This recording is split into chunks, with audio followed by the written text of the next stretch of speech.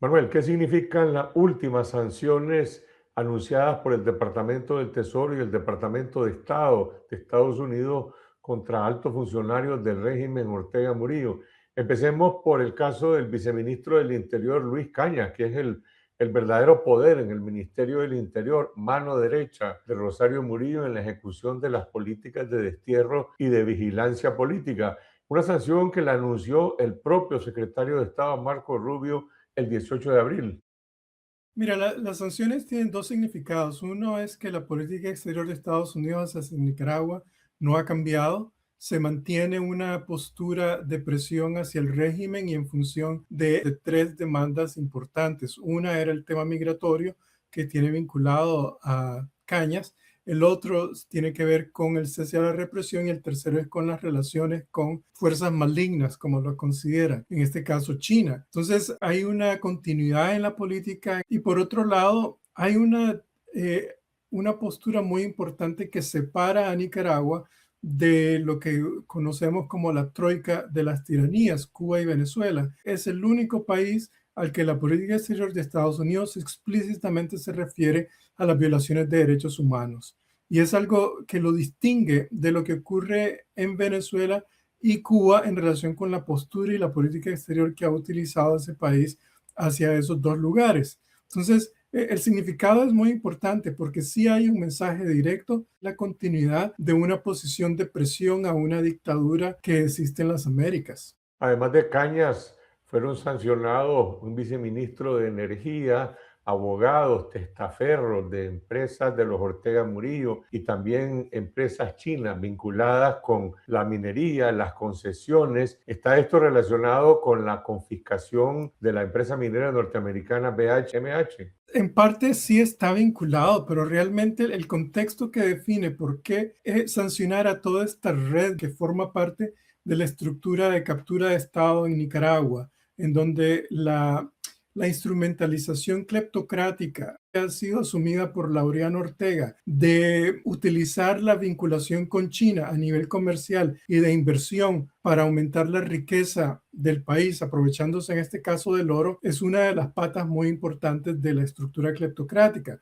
Las otras dos son las confiscaciones que han realizado, no solamente de esta empresa americana minera, pero también de otras propiedades de nicaragüenses y extranjeros también que han venido realizando a manos de Laureano, pero también, y esto te conecta con Luis Cañas, que es uno de los personajes que ha estado involucrado básicamente desde el Ministerio del Interior en temas de confiscación, de deslegitimación, de desnacionalización, entre otras cosas, así como también temas de derechos humanos. Entonces, lo que sale a relucir es la empresa Shongfu, que es la cabeza de la serpiente que tiene toda una serie de entidades que se llaman de fachada que estaban trabajando y exportando oro a Estados Unidos.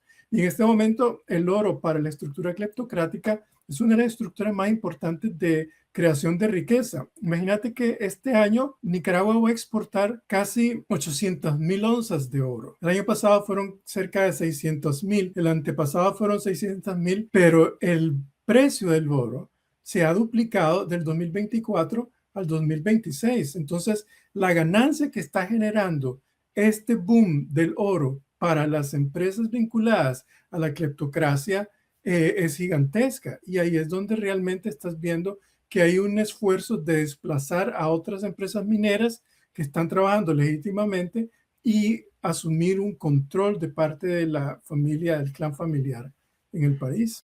También sancionaron a dos hijos de Ortega y Murillo, Daniel Edmundo, que manejan las redes de medios de comunicación, que son instrumentos de la desinformación de los aparatos de Rusia, y a Mauricio Ortega, que es el delegado encargado del deporte. Aparentemente, no sé, están o no conectados con estos negocios del oro de Laureano Ortega. No necesariamente están conectados. Estos tipos pues son chicos de papi y mami que han estado viviendo básicamente del dinero del pueblo. Son los típicos hijos de rico que no tienen nada que hacer, pero se les busca alguna utilidad que puedan tener en sus vidas. Y ser ministro de deporte en Nicaragua está desconectado totalmente del atletismo en el país, pero se da la impresión, el apóstol es otra persona que trata de presentarse como un ideólogo sin tener realmente una formación real de lo que significa la política y la ideología en un país como Nicaragua. Entonces, esta sanción tiene un efecto doble. Primero, prácticamente completa el círculo familiar sancionado. Y eso tiene un impacto en la familia a nivel interno porque hay tensiones intrafamiliares sobre la forma en cómo esta estructura cleptocrática está afectando la calidad reputacional de ellos internamente. Y entonces eso de alguna manera pues les molesta, aunque ya estaban preparados, estaban esperando. Y lo que es más problemático es que realmente eh, ellos estaban preparados en el sentido de que hay una ley que los ampara.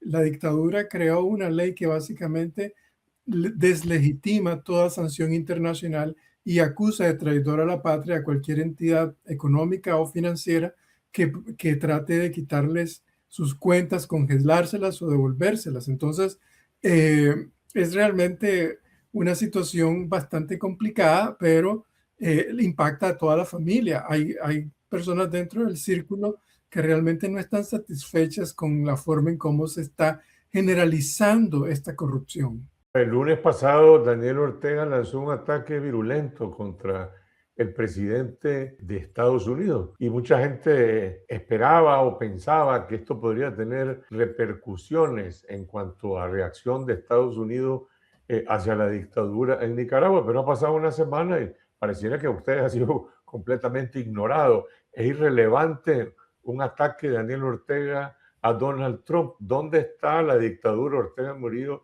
en el orden de prioridades o de interés del gobierno de Estados Unidos?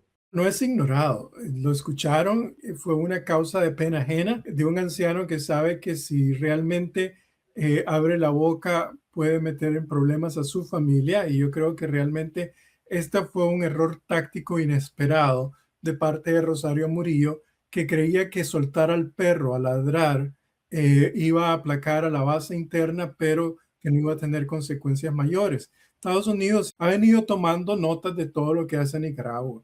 Y así como han habido sanciones, también hay respuestas frente a lo que hace Daniel Ortega. Sin embargo, los tiempos no se miden en relación con el tit for tat. En otras palabras, hay diferentes momentos y ahí es donde se ubica la política exterior de Estados Unidos hacia Nicaragua como algo diferente al contexto global y al contexto específicamente de la troika y las tiranías. En otras palabras, Nicaragua sigue siendo una prioridad. Sin embargo, hay otros problemas que están captando la atención del estamento gerencial de la política exterior de Estados Unidos. Irán básicamente tiene completamente absorbido al país en un solo tema. Y después viene la relación de Israel y Líbano. Y en tercer lugar, vienen otras prioridades como es la relación con China. El viaje que va a hacer Donald Trump a China es un punto de inflexión muy importante que te hace llevar una posición un poco más comedida. Después está la guerra en Ucrania, la relación de Estados Unidos con la OTAN. Entonces, cuando vos vas contando y contando todos estos temas, ni siquiera has llegado a Venezuela, Cuba y Nicaragua, pues entonces lo que hay que tener una política exterior de presión mientras la inercia política del desenvolvimiento de los eventos que ocurran en Nicaragua van a llevar a una consecuencia lógica de aumentar la presión en el corto plazo. Significa que en un tiempo prudencial, Estados Unidos va a aumentar la presión, pero va a ocurrir en coincidencia con eventos importantes como puede ser la muerte de Daniel Ortega, puede ser algún tipo de nivel de explosión de la corrupción que se está observando en lo que refiere al tema China, pero también el desplazamiento de la relación comercial de Estados Unidos con Nicaragua. Entonces ahí lo que vas viendo es que la inercia política va a generar sus propias contradicciones internas en donde Estados Unidos va a aumentar su presión. Pero no es que hay un plan de sustitución, de reemplazo de gobierno y que hay que esperar nada más a que Donald Trump decida cuándo. Por el otro lado, el gobierno de Daniel Ortega está colaborando claramente con la administración Trump, recibiendo en secreto, ya se han recibido más de 10.000 deportados nicaragüenses y en este primer trimestre del 2026 se ha incrementado en 5 veces en relación al número de vuelos que llegaron el año pasado. Es decir, Ortega está vociferando contra Trump, pero está colaborando en la política de deportaciones. Claro que está colaborando, está recibiendo remesas. El 80% de la entrada de remesas viene de Estados Unidos. No las está deteniendo. Y eso es básicamente más del 25% del ingreso nacional. 31% del ingreso nacional viene de remesas. Ese país estaría colapsado si no hubiera sido por la entrada de remesas que llega al país. También está exportando a Estados Unidos con grandes cantidades el oro, por ejemplo, esperar más de 2.500 millones de dólares exportados este año.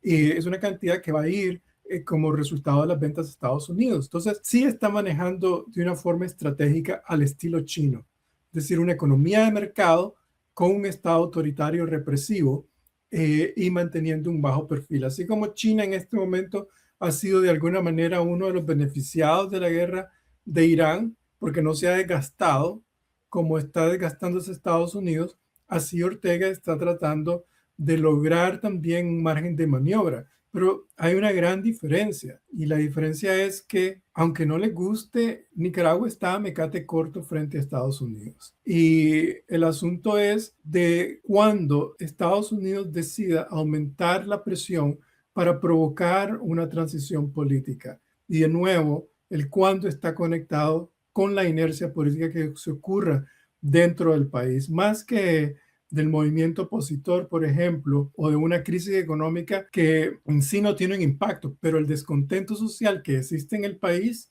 sí está creciendo y eso pues lo hemos visto en el último estudio que hicimos donde el 70% de los nicaragüenses creen que no viven en libertad, creen que el país realmente va en la dirección equivocada y creen que la economía está peor que antes. Imagínate vos cómo fuera sin remesas. En el Congreso de Estados Unidos hay varias iniciativas en relación a Nicaragua, al margen de la política del presidente Trump.